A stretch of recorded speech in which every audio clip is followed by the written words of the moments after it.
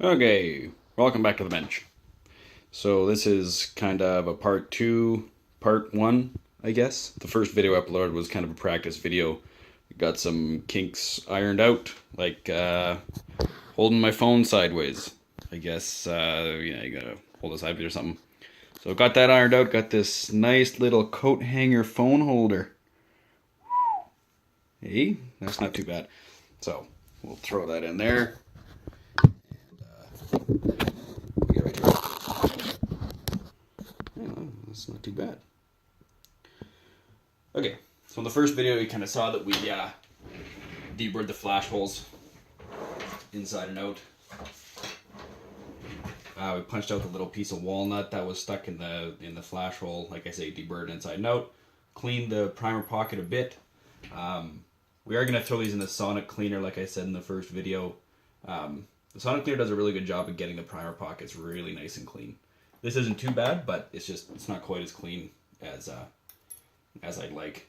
But first things first, trimming. I have measured a few of these, and a couple of them are a bit long. So the max case length is 2.1 inches.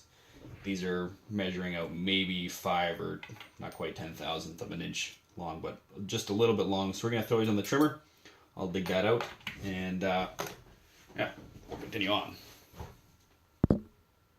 Okay, here we are. Here's the machine. I like the Redding. I bought the Redding because it is a universal collet. Didn't have to buy shell holders like the RCBS.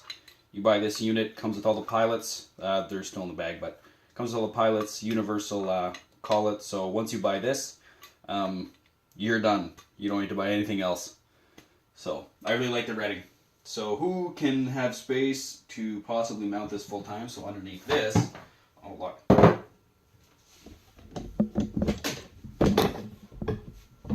I've put holes under the mat, and that mounts right here.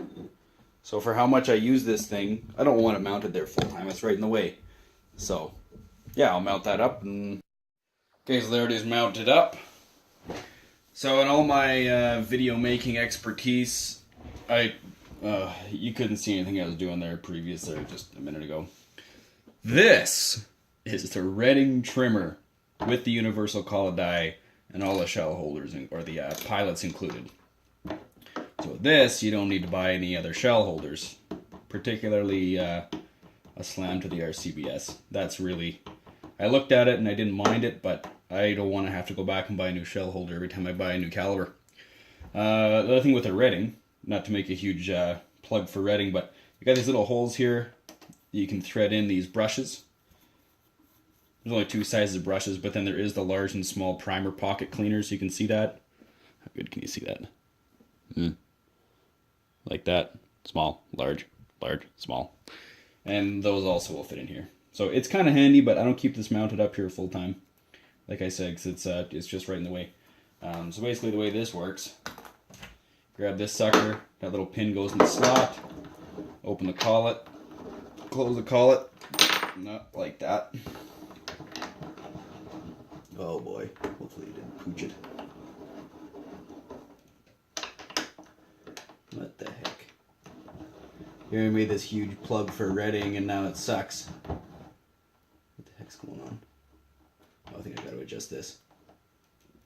Yeah, I think that's... Stand by. Sorry. We're back. I don't know what the problem was, but it's working fine now. So again, you just slide that pin into the groove and away you go with the collet. Just like that. Well, sort of like that. There. Next, you gotta select the appropriate pilot here, which would be that one. Put it in there. I'm gonna try and keep these videos short as well. It get kind of boring. So, on that note, I'm going to skip you the setup and probably the trimming as well. So, bye-bye. Okay, well, shoot, if I'm going to do all this work to set this up, I might as well show you how it works real quick. So, I got this set up. I got the appropriate trip length. This rod slides back and forth with this set screw. This collet and ram goes towards that like this. So, you slam her in, close the collet, give her a spinny spinny.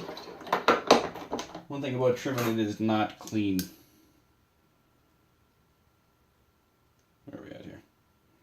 Okay. 2.092. So that's 8 thousandths shorter than max. I'm happy with that. It's probably just short. Yeah, 9. We'll show you one more. It's cutting off here. There were a few that were just a touch short. Yeah, that's just 1 thousandth short, so it's like just barely not taking it. Same with that. So I guess while I'm doing this, I might as well tell you kind of what I'm doing.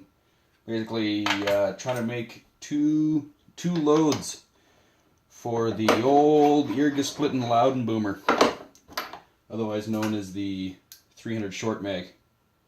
Yeah, that's pretty good. What we're loading is Barnes TSX 180 grain. Will be load 1, load 2, Berger 168 grain, BLD hunting. Those about we'll be trying to find a load for it, and we'll be loading with. We'll cover the name there. I don't know who's watching this. Hybrid 100. I like it. That's it. So that's what we're trying to do. The rifle is a Seiko 85 Finlight, and it's quite a lovely piece actually. So, and that's basically it for this. So I'm gonna, in an effort to really keep this short and interesting, I'm gonna cut it there. Okay, it's been minutes since you've been with me, so I got all the trimming done. What needs to happen next is chamfering. So if you look at these are pretty. There's no way you're gonna be able to see that.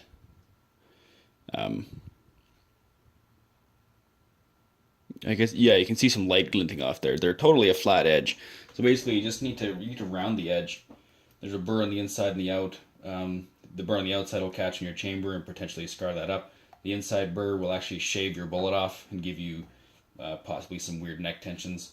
Real quick, all you got to do, spinny, spinny, done. You only need to do that once. Well, after every trimming. The flash hole you only need to do once for the life of the brass. Obviously that burr isn't coming back. You only need to chamfer after every trim, because pretty obvious why. So I'll spare you the boredom. Okay, we're back on this side here. Got that trimmer cleaned and whatnot. And I know what you're thinking.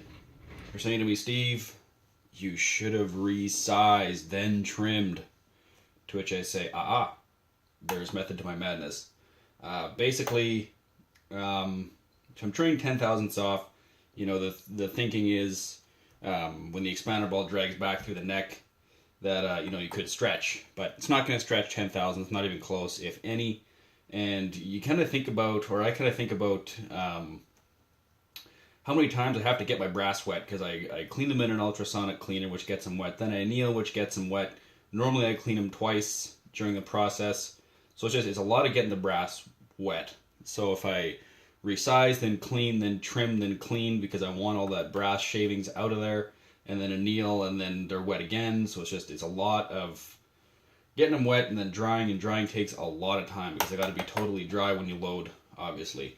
So sometimes I might resize and trim, but this size I'm going to trim, then resize, then anneal after. And you can anneal before or after resize, I guess. I've kind of been leaning. I used to anneal before I resize. Now I do it after, and it seems to be working out pretty well for me. So I think that's it for today. So thanks for sticking with me here. This is kind of where accuracy starts. Just as a side note, the brass prep, excruciatingly important. Getting all these the same, everything consistent, very overlooked. Most people will just slam these in the die, run them through, and call it good. But getting these consistent and uniform and just mint is very key to any kind of success that you might have. So, next step, resizing. Ta-ta.